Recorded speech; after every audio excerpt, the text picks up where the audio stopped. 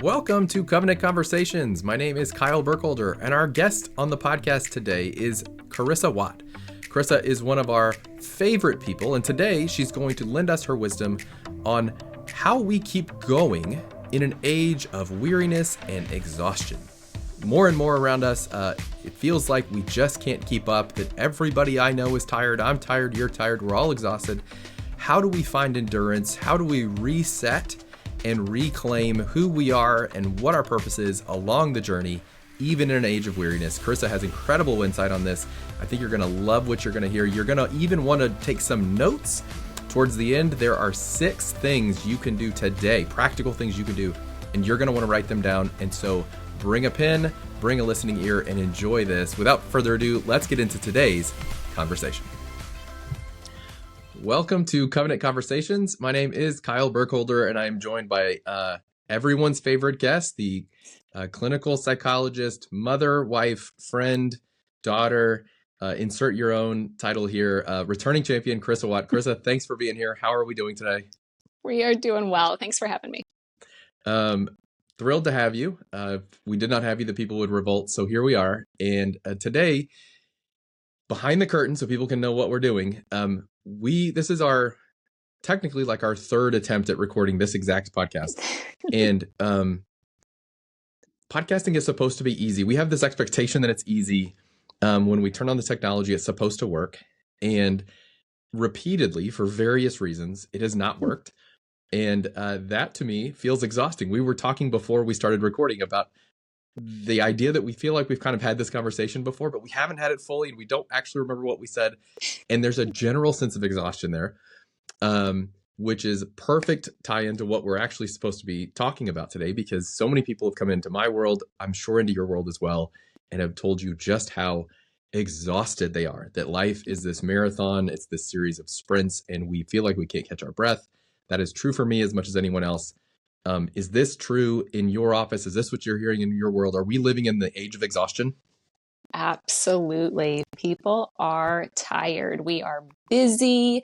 We are pulled in lots of different directions. And we have a lot of people that just feel tired and weary. And I have people coming to me every day saying, how do I keep going? I really, really feel like quitting. I really feel like I've got no gas in the tank. How do I keep going? So I'm glad that I'm not the only one. I'm glad it's not just me, and I'm glad it's not just our church. It seems like it's everywhere. I'm sure there's 1,000 reasons for that, but what we need, I would assume, like what we've kind of talked about this before, what I need to get through the exhaustion is endurance. Life is not stopping for me. It's not going to slow down necessarily. So I have to figure out, how do I find endurance along the marathon, as it were, whatever mile you're in, there's still more miles ahead. So where do we actually start when it comes to creating endurance or getting that resilience to make it through, even in an age of weariness?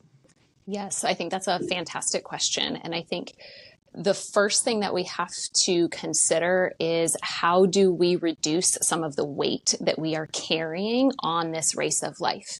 So we can't always pull people out of the race. That's not actually going to be what our intention is. But are we carrying unnecessary weight? And if we can set some of that unnecessary weight aside, we automatically get a little bit more energy, and we automatically get a little bit more endurance.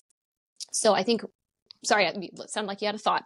Well, so my first thought, if I'm hearing this afresh, I'm thinking like, is my kid in travel baseball? Is that the weight I set aside? Or I have this hobby that I do on the weekends. Is that what I set aside? And I don't think that's what you mean, but that's the first thing I go, what can I stop doing? And that's not where you're going at all. You got it. No, and actually that's not where we're going, but that is where our mind goes first. And then we start to think about, what are all these things in our life that we can just like throw to the side or quote unquote quit? But most of the time, there's a lot of things that we can't quit. They just are. They are a part of our life. And so, yeah, the task is not to just give up everything, but can we maybe start to shift our expectations for all of the things that we are doing, or for just our life in general? That's probably where we need to start letting go of some of the weight. So do you find that most people are trying to drop stuff and quit stuff, and then they're unfulfilled by that? Is that a normal thing, that I'm like, well, I'm quitting these 3 things in my life, but it doesn't give me relief? Is that a normal kind of false avenue to run down? hmm It can be. It's a dangerous avenue to run down because you quit. And then, like you said, life keeps going. We're on this journey. We're on this marathon anyways. The race doesn't stop because then the next thing comes in to take its place. And so then people feel really dissatisfied. Well, I got rid of three things, but I actually still feel just as fatigued and just as burdened and just as exhausted as I did before. And I can't get rid of anything else. So now what am I supposed to do? I see. And so you said it's not about the quitting of those things. It's about Mhm. different or better expectations. So unpack that Mhm. for us. Yeah. So culturally, our culture has really it's so fascinating to observe as part of it on the inside, but also with this macro lens. Our culture is really obsessed with all things pleasant. We think that emotionally we're supposed to feel happy and joyful as our default, as our baseline emotion. Like that's what's normal.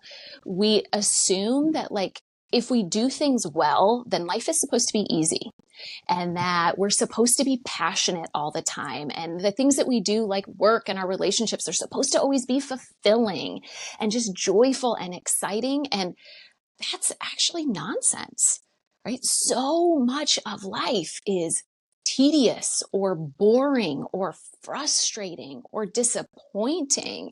And, I kind of describe it like a lot of our days, we kind of just feel like we're just slogging through the mud, like just take another step. That's actually normal. That's how life is supposed to be. But we've kind of layered this cultural expectation on ourselves that it's supposed to be this wonderful unicorns and fairies and rainbows all the time. And we tell people that if you're not full of happiness, if you're not full of joy, then you're doing something wrong. And that really increases the weight that we're carrying on this race. Is So this all externalities though? Is this mainly informed by comparison from the outside world? Is it just personal delusion?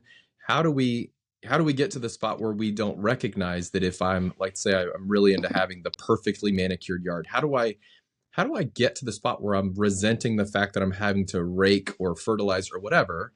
Not to mention Mhm.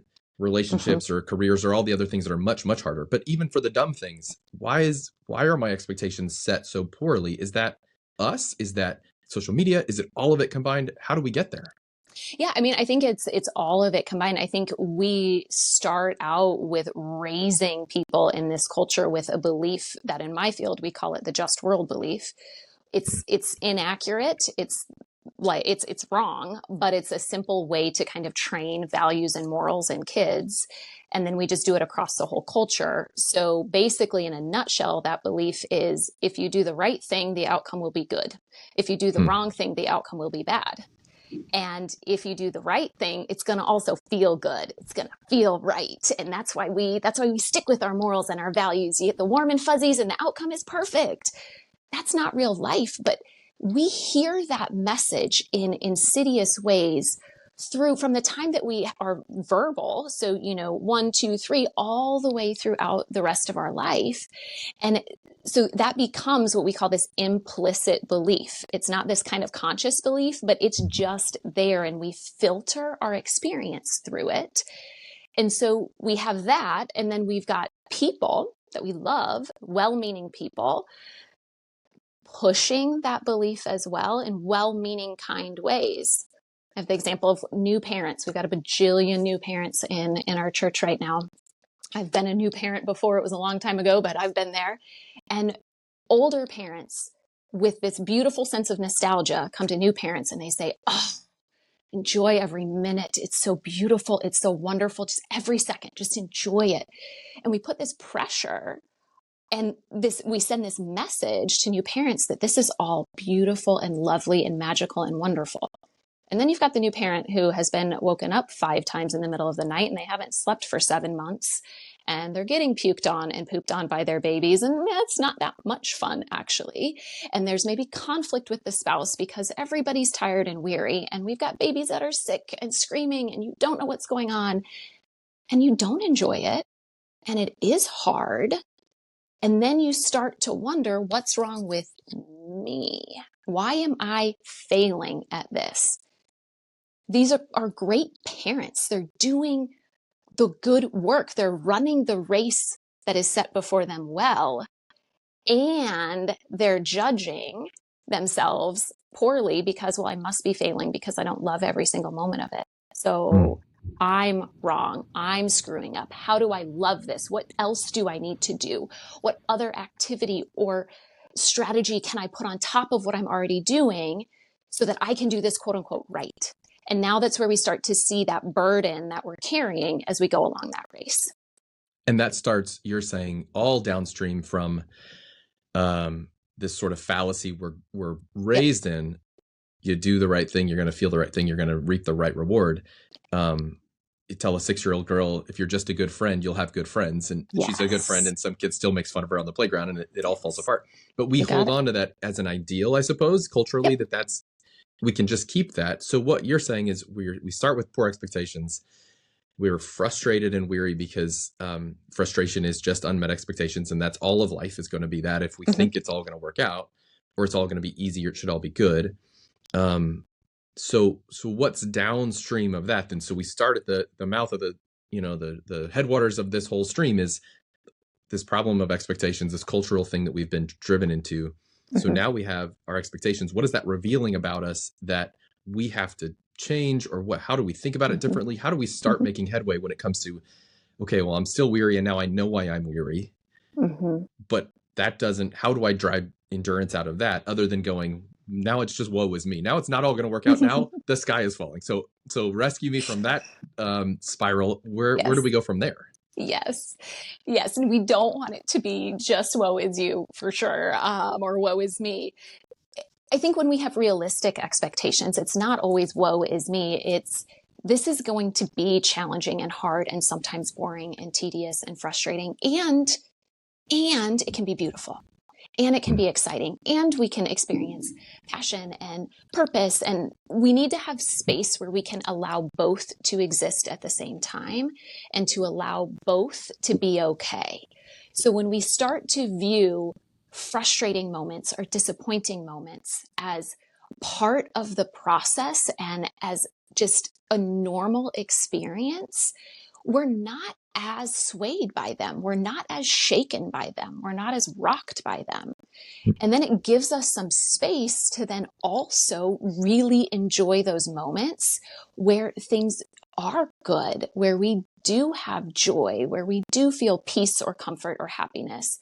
Those moments then start to refuel us, and we cherish them a little bit more. We've got a little bit more gratitude for those moments.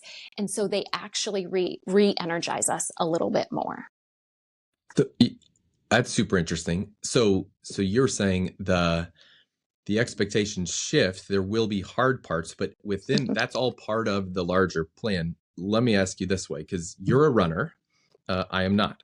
So I would expect that you've experienced some things as a runner that I've never experienced. Have you ever run a full marathon? Yes. Okay.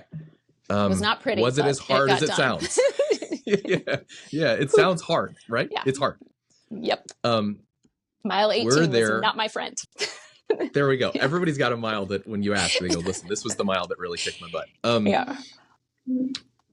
Do you remember the high points? Because you get a runner's high and there's a sense of euphoria, and finishing probably feels pretty incredible from a relief standpoint and an accomplishment standpoint. What did that feel like? Because I've never experienced that, but maybe that's a decent metaphor for child rearing or career or life in general. There are these ups and downs. There are seasons that are going to be hard. What was that like for you, just the marathon portion? And then how would you apply that to this larger framework?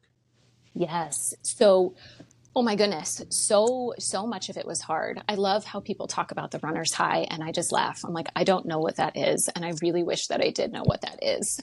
It feels like for me, running is a whole lot of torture most of the time. And there's still something about it that I love, and that feels really meaningful. And what a wonderful metaphor for life in that anyways, that so much of life is hard, and yet it's meaningful and it's purposeful, and it's still worth it to go on that journey. So I think the task, at least for me in running, because I'm not an excellent runner, but I just try, is to constantly think about, how do I just keep my feet moving? And I make fun of myself after I run because I go through like the Dory quote in my head that just keeps swimming, but I'll just like talk to myself, just keep running, just keep running. And sometimes that task is enough to get me through till the moment I have another breath. And then I'm like, oh, okay, this isn't so bad, until I have to kind of do that again and keep my feet moving. And sometimes that's the place that we are in. And we just have to embrace the fact that the only way that we're going to keep moving and the only way we're going to make it to the next day is to say, just take another step. None of it feels very good. That's okay. Because you know what? If you keep taking a step, you might get to that moment where it does feel okay. What does that reveal about you? So why do you do it? Because there has to be a value, or you have values related to, what are the values that lead you to run when you say it's a sort of low-key torture? Yes. And yet I do it anyway. So there have to be just really deep-seated values in you that push you into that sort of practice if you're going to keep doing it, even though it's hard. Yeah, absolutely. So I think my personal values just have to tie into health and wellness. And I know it is good for my body, and I know it is good for my mind, and I know it is good for my soul. And I want to model for my children, for the people in my life, what it looks like to take care of yourself, and to have a body that moves, and to value and appreciate the body that I've been given. That's one of my values. Okay. So is that as easy? Because that's like, well, yeah, that makes sense. Now I know why she runs. Is it easy is the wrong word? Is it that simple for us when we're struggling with the expectation trap of sorts in life and struggling to find endurance? And how do I keep going? I mean, obviously, you know where I'm going. Yeah. Is it really an expectation to values issue? And do I need to identify different values or figure out, why am I raising kids, or why am I staying in this marriage? Or is that the real thing is in the values? I mean, absolutely. And so I think if we talk about values at the same time, we have to talk about goals. So I'm going to take us on a little bit of a journey if you're okay with that. Let's go. So when we have values, anytime we talk about values, we're talking about kind of what gives purpose to our life. So kind of how do we answer the broad question of who do we want to be? What do we want our life to stand for? What do we want to be about? And those can be very broad. They can be very specific. But values, when we look at values, I like to think of them like cardinal directions on a compass: north, south, east, or west. Our values are those things that orient us in the direction that we need to go on any given day. So if I want to head west, there's a lot of different ways that I can go about heading west. Some days I could go 100 miles west. Other days I could go 2 feet west. The question is not how far do you get? The question is, am I taking steps in that direction each day? That's what provides us meaning and purpose. Okay. A goal is a little bit different than that. A goal is a destination. So if my value is I want to head west, my goal might be I want to go to Denver. So I can achieve that goal on any given day. I can make it to Denver. Now, hopefully our goals are in line with our values. Sometimes they're not. That causes conflict. We can talk about that later if we want to. But what has happened is our culture, again, broadly speaking, our culture is very goal-oriented. We are achievement-oriented. We're goal-oriented. We want to check off those boxes. We want to hit that promotion at work. We want to reach that goal. We want to get that destination and then move on. The problem with that, when we're talking about endurance, there's actually 2 problems. The first problem is we have this incorrect assumption that when I reach my goal, when I hit my destination, then I'm going to get a break. So I've completed the marathon. Ooh, good. I get to breathe. I get to stop running. That's lovely when it's something like a marathon. But in the actual marathon of life, life doesn't stop when you hit a goal. The journey keeps going. So when you reach that goal, so many people become really disappointed because guess what? You hit that goal and now you're already on the next journey. So your babies are no longer babies. Now they're toddlers. Oh, well, that's exhausting. Oh, well, now they're teenagers. Ooh, well, that's not any easier. Oh, well, now they're moving out and we've got empty nesters. Oh, well, now that's a new challenge. And, all the way through, life doesn't stop. And so we become really disappointed and exhausted when we expect there to be a break. We expect there to be joy. We expect, the opportunity to catch our breath. Oh, well, once I get that promotion, everything will be easier, right? The extra money, that's going to solve all my problems. It'll be fine. And then life hits you in the face with the next thing, and you have to just keep going. And so we've got to be careful. It's good to have goals, but we have to be connected to our values behind our goals, because with our values, we're never going to actually achieve them. Okay. I can continue to go west every single day of my life. I'm not going to hit the metaphorical west. Our values are these things that we can work on every day. So one of my values is to be a loving mom. Actually, one of my values is to just love humans in general, but specifically, we'll talk about my value is being a loving mom. I'm not going to leave work today, go home, check in on my kids, have dinner with them, ask them about their day, help them with homework, have some good quality time together, put them to bed. I'm not going to wipe my hands at the end of the day and say, did it. I'm a loving mom. I'm done. I don't have to work on that anymore. Right? If one of them wakes up sick at 1 o'clock in the morning, I've got to get up and go take care of them, because that's what a loving mom does. When my alarm goes off really early tomorrow, because I've got to get my middle schooler up so that she can make it to school on time and we can go through the effort of trying to wake up a middle schooler far earlier than they want to wake up, that's when I can move towards being a loving mom. And every single day, I'm required to keep moving. There's not a time where I stop moving when it comes to my values. So I'm trying to figure out how goals are not a bad idea then. So you're saying goals are good and they're helpful and they're motivating and all these things are true. And so what you just explained is really eye-opening in how we look at the world. I want to make X amount of dollars. Well, now I make X amount of dollars, but all my neighbors make X plus 10. Yep. So I want to make that. Yep. And so that ever moving, there's a way that can feel pretty empty, right? That's where we find the lack of satisfaction along the way. Absolutely. What is an example of a really healthy goal, or is a goal more of a mile marker along the way? I want to get to Denver, but I want to stay for a week and I got to get back home because I got to keep working. Is there a world where you can paint a healthy goal for us, whether it's through parenting or anything else, and maybe an example of an unhealthy goal and where we get trapped or tricked into them and then they let us down? Is there a clear example of that, or am I asking for something weird? No, I think there's probably a lot of clear examples. I think if the goal is being driven by the value, that tends to be a pretty healthy goal. So like you said, if somebody wants to get a promotion to make a little bit more money, well, what's the why behind it? If it's to just keep up with your neighbors, I would argue that's pretty unhealthy. But if there is a why, and it is because, I want to be able to have more opportunities to connect with my family, and I don't live in the same zip code as my family, and I can use that extra income to be able to travel and to connect with the people that I love so I can see them more and be present for their events. Oh, well, now maybe that's a healthy goal.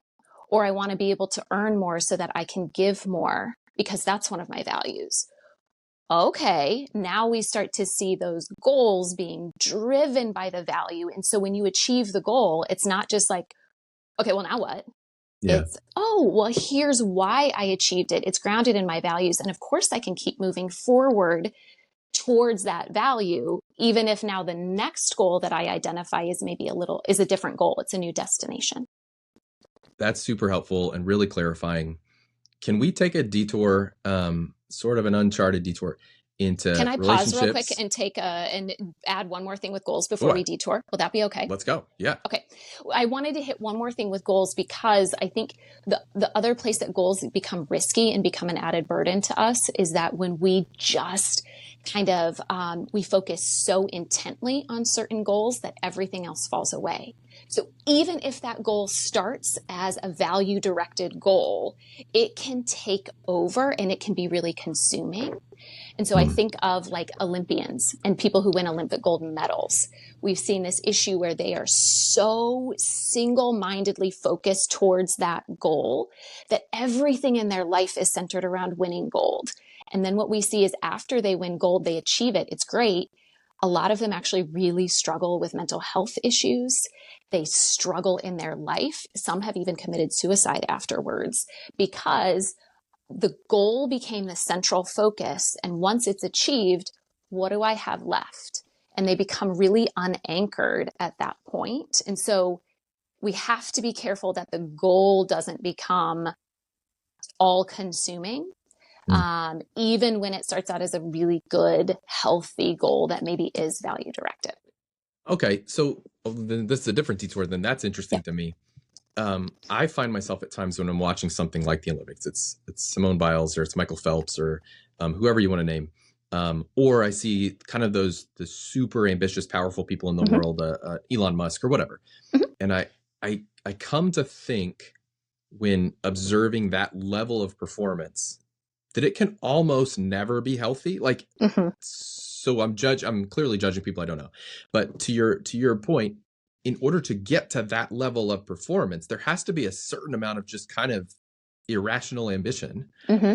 And that in and of itself feels like red flags for us. If these are our heroes, right? These are the people we model our lives on is when we're at the corporate retreat and they're going to show us a video of Michael Phelps and be like, isn't this incredible? Don't you wish you were Katie Ledecky or don't you wish you were one of these people? And we go, oh, well, we should be like that. But it to your point, requires irrational, unhealthy single-mindedness. Yes. That probably for most people in most scenarios in most of normal life, there's no way it can be healthy. Am I off track or does that feel true?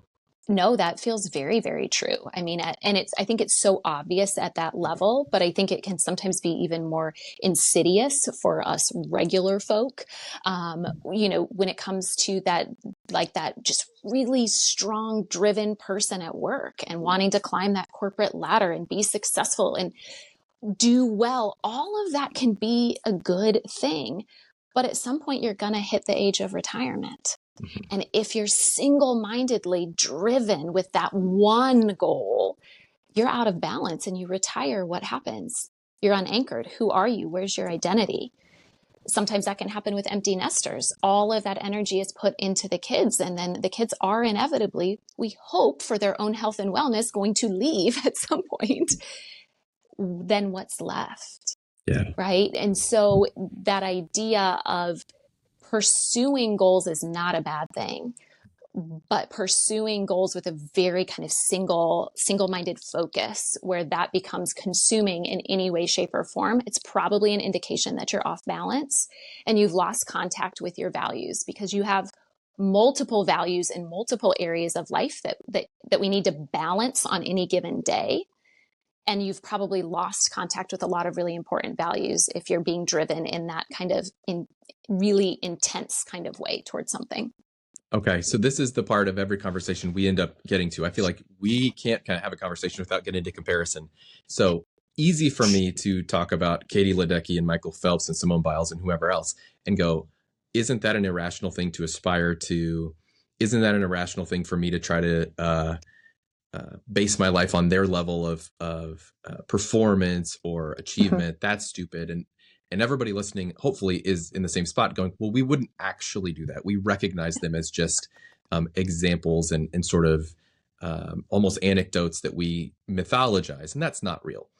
Which brings me, of course, to the comparison world we live in, where the mom 6 doors down or 2 towns over, the dad who's 48 and is in the best shape of his life with an 8-pack, whatever comparison we're getting, that becomes really insidious, as you say, that there's a nefarious sense of like, yeah, I'm not trying to be Michael Phelps, but I am trying to be the CFO of that company who's shredded and a good dad and a good husband with 1 million TikTok likes or whatever. Right. And that feels like the one that's really going to grab us, right? Yeah. Okay. Right. Okay. Because we're always striving for something that is external to us, as opposed to being driven by those internal values of what is really important and what brings purpose to life. It's that internal place that we need to be kind of driven forward. And if we're looking at the outside and comparing and using that to drive us forward, that's a dangerous place to be.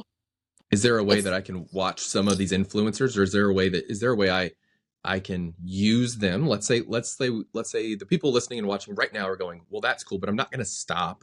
I'm Mhm. not deleting my Instagram. Like, so how do I do it healthfully? Is there a way that I can watch 48-year-old shredded CFO dad and go, what's the right question? Should I be asking what value is he displaying that I want more of in my life? And maybe I should do some sit-ups, but I don't need to be that. Like, I'm never going to be him, but what is it that I'm missing that I see in him that I long for? Is there maybe a diagnostic in that, even in the healthy side? Could we spin it so if I'm watching it, I can use that as a positive? I think so. I think that's hard, Yeah. because we're going to be pulled into that comparison trap just so automatically. So maybe I would maybe actually spin the question a little bit to, when you see that person, like shredded body, doing all the stuff right, $1 million income, whatever, to look at that and say, in order to get that, which of my values would I have to sacrifice? Oh, that's good. So then all of the sudden, this thing that looks so beautiful and shiny and alluring, if we really confront what we have to give up that is actually really important to us, then maybe that shiny thing that we're striving for starts to lose a little bit of its luster, and we can ground back into, who am I? Why am I here? And what do I need to stand for? And I might not get to look that way or make that kind of money or have that many followers if I really want to be this kind of person. That's gold. People, if you didn't hear that, maybe hit the back button a few times and listen. That's gold, because that is the right way to spin that. Is what would that cost me? Because anything is possible if Yeah. we give it our sole devotion, but it might cost us more than we think. Which is maybe another helpful segue to my original detour. So, if I'm pursuing a value, I want to be a and you'll help me with this because I'm going to say it wrong, but I want to be a good husband, a great dad, a Mhm. loving brother, whatever it is I'm longing for. How do I do it, or how do I respond in a world where I'm not making progress? So you said, even if I make it 1 foot towards Denver, 1 foot west, I'm living out my values. What Yep. if I feel like I'm falling behind? I'm actually getting further from it because it's not all on me. My children are not wayward, but my children are wayward, or my marriage is in shambles, or whatever the thing that we're facing. Yep. How do I keep going, even when I feel like I'm losing ground on the thing I was pursuing? And I'm not trying to Yeah. go to a goal. I'm not trying to be the best dad. I just want to be a good dad, but I feel like I'm getting worse every day, and I'm not the only variable. How do I find endurance there? You got it. And so I think that's where we start to really check in with what we are in control of. There is so much in our life that we don't have control of. And when we feel like we don't have control, then we like to respond by over controlling something else.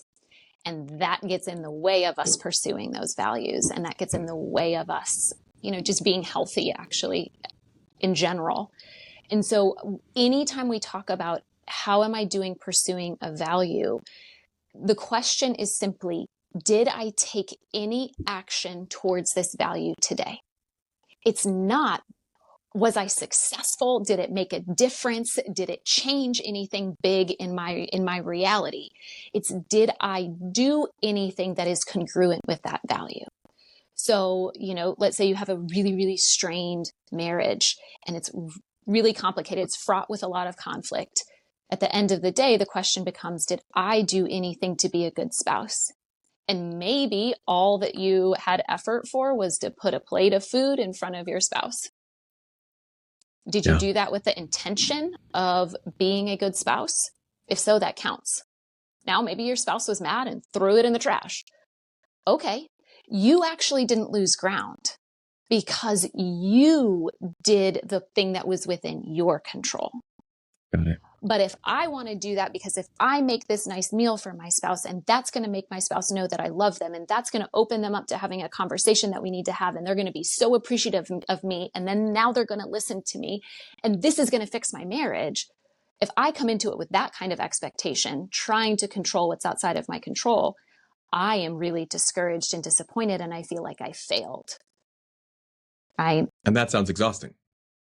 Totally exhausting, right? Because I can't control that other person. All I can do is control, what did I choose today? Is that in line with my values?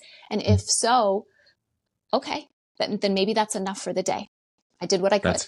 I like that. That mirrors something that's happened in sports in the last 10 or 15 years is people have started talking about process over results. Because in any given competition, there's somebody working against your agenda. So the question is, did you do the right things the right way? And if so, you just have to trust the process. And a lot of us, I think that's become a really popular concept, trust the process. But even that might apply here as we talk about my process is, what do I control? Am I living out my values in my best way? And then the results are out of my control, but the process is not. I can work my process healthfully. Is that a good encapsulation of that? Oh, absolutely. Yeah, that's wonderful. Okay. So we're all swimming in this, and it's a lot. This is rich. So if I'm going to try to boil it down, let me go back to our marathon and say, we're on the marathon of life. Do you remember Rosie Ruiz? You know the Rosie Ruiz story? Rosie Ruiz was the winner of the 1980 Boston Marathon. She's one of my favorite stories. She cheated. She got in a cab, and she put her number on it. She jumped onto the course a half a mile from the finish. She won the Boston Marathon. Everyone found out she cheated. She couldn't remember anything about the course. They asked her about this turn, and she didn't know anything about it. Apparently she cheated to get there. She was on the subway in New York City, and somebody remembers seeing her, and that's how she qualified. Anyway, we cannot be Rosie Ruiz. There's no shortcut in the marathon of life, right? Right. So, not being a runner, I know people have that goo stuff that they're putting into their face. There's so terrible. Whatever the drinks are, whatever the hydration methods are these days, people have all kinds of hacks and tricks and practical ways to get through the marathon. We're on the marathon of life. What are the practical ways that we actually can helpfully and healthfully refuel as we're running, so that you and I and everybody listening can be that much more resilient and have that much more endurance as we kind of make our way? Yes. I'm going to preface this by, people are going to be disappointed with what I have to say, because it's going to be a little bit boring. But when we think about refueling and we think about recharging and re-energizing us, we have to go back to the basics. We're not going to do anything fancy. I don't have any new shiny, new like intervention or strategy for anybody. It's the very, very basic things. We need to prioritize sleep. We need to prioritize good nutrition. We need to move our bodies. We need to exercise. We need to have time in nature. We were created to be outside, and we have artificially created all of these opportunities to stay inside. It's not good for us. We need to have good social connection, and then we need to put time into our spirituality and our faith. Those are the tenets of well-being, and they're not flashy at all.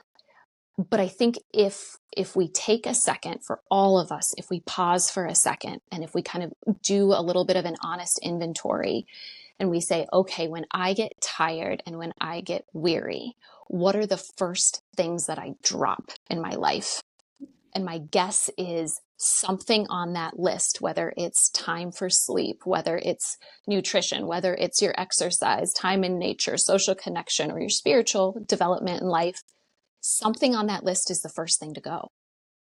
I will own it myself. When I get exhausted and weary and burned out, I pull away from people, and I lose that good social connection. And I am a social being. I love people. I love being around people. And I know that is the very first thing to go. And that is harmful when it goes.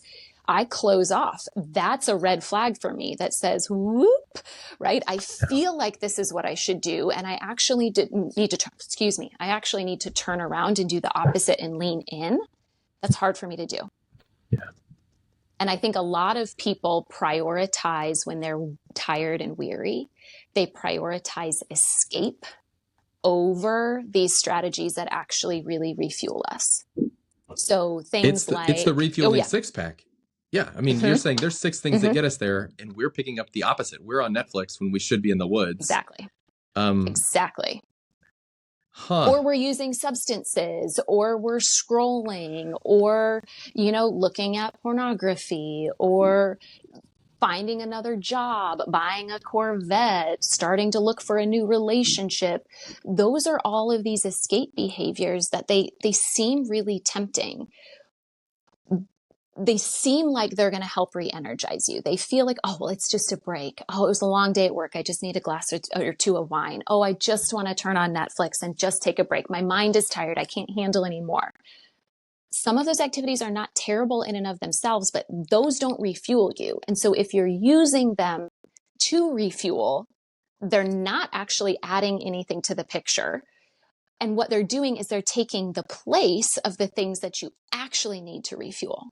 So scrolling on TikTok till 2 a.m., now you only got 5 hours of sleep, and now you're more exhausted the next day, versus putting the phone away, prioritizing getting into bed, right? Trying to get a decent night's sleep. Now you might actually have more energy for the next day. That's really good. Yeah. That's really good. I'm working on a thing right now, a sermon for later this year. And I was exactly on this line. I was going through, why do we, when we have pain, like physical pain, Tylenol essentially cuts the circuitry so we don't feel the pain. The pain's still there. The inflammation's still, whatever it is still there. We're just no longer, our brain doesn't receive it.